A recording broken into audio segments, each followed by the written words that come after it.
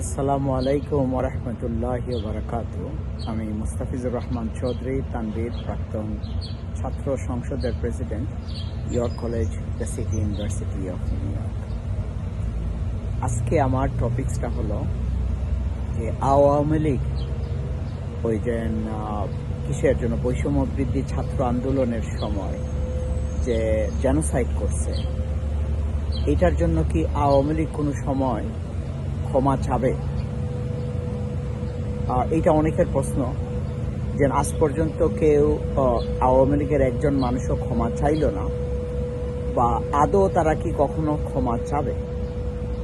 তো আমরা কেউ জ্যোতিষী না বা ভবিষ্যৎ জানি না, বাট ওদের ব্যবহার, বিহেভিয়ার, ওদের the quality of people and the quality of mind they have, the standard they have, and আমাদের তাদের সাথে চলাফেরা সব কিছু কী করে অ্যানালাইসিস করে,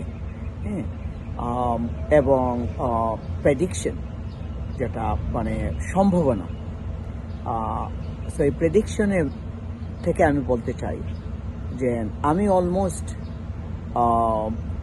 100% sure Awami League will never apologise for তারা যে মিস্টেক করছে, তারা যে জেনোসাইড করছে, এবং তারা কখনো অনুতপ্ত হবে না।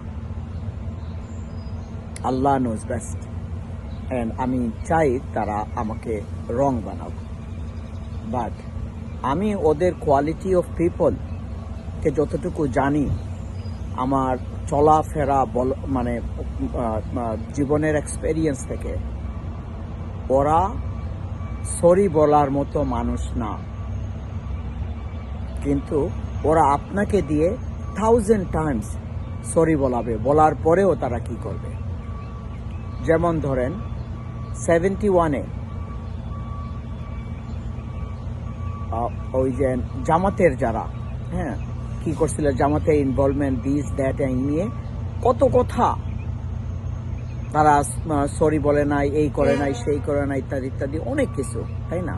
আর ওদের সবচেয়ে বড় বাংলাদেশের বদমাস জাত হলো ওই যে কি করে ওই যে ছাত্র ইউনিয়ন আর কমিউনিস্টের এইগুলাই তৈরি করছে কিসে আওয়ামী লীগকে এই লেভেলে। সুন্দরভাবে কথা বলে, কাপড় চোপড় ভালো পরে, আর ভিতরে ময়লায় ভরা। সো এইগুলা কাছে আমার প্রশ্ন, আওয়ামী লীগ কি সরি বলা দরকার? আওয়ামী লীগ কি সরি বলবে? তোমরা কি সরি বলবে যে তোমরা তাদের সাথে ছিলা? 1 2 নম্বর জিনিস যেটা আমি বলতে চাই, যে জেনোসাইড যেটা 71-এ হয়েছে, যারাই করছে, ওই জামাত যদি করে থাকে, যদি ইনভলভ হয়ে থাকে, যদি কি করে থাকে,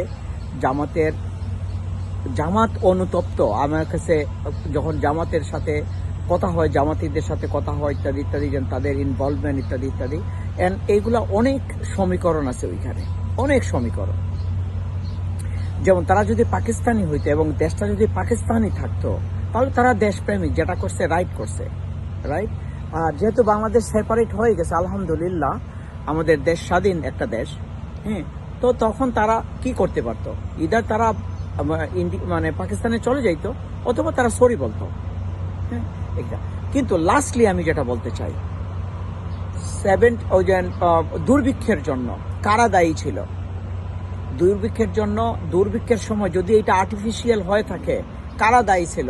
কারা সরি বলা দরকার ছিল? এটা নিয়ে কি কেউ আওয়াজ তুলছে? এবং ওই যে অলিগার যারা হইছে বাংলাদেশে, তারা কিভাবে হইল? কোথায় তারা এত খনিজ সম্পদ পেয়ে গেল, যে তারা এত মানে 1 রাত কাটার আগেই তারা মানে কোটিপতি হয়ে গেল? এগুলো সব তো করাপশনের মানি। তো এইগুলার জন্য কি হবে না, বিচার হবে না? আমি মনে করি যে 74-এর দুর্ভিক্ষটা অ্যানালাইসিস হওয়া উচিত ন্যাশনালি, এবং যারা দায়ী তাদেরকে পানিশমেন্ট দেওয়া উচিত। সালাম বাংলাদেশ, সালাম ছাত্র সমাজ, তোমরা আমাদের ভবিষ্যৎ।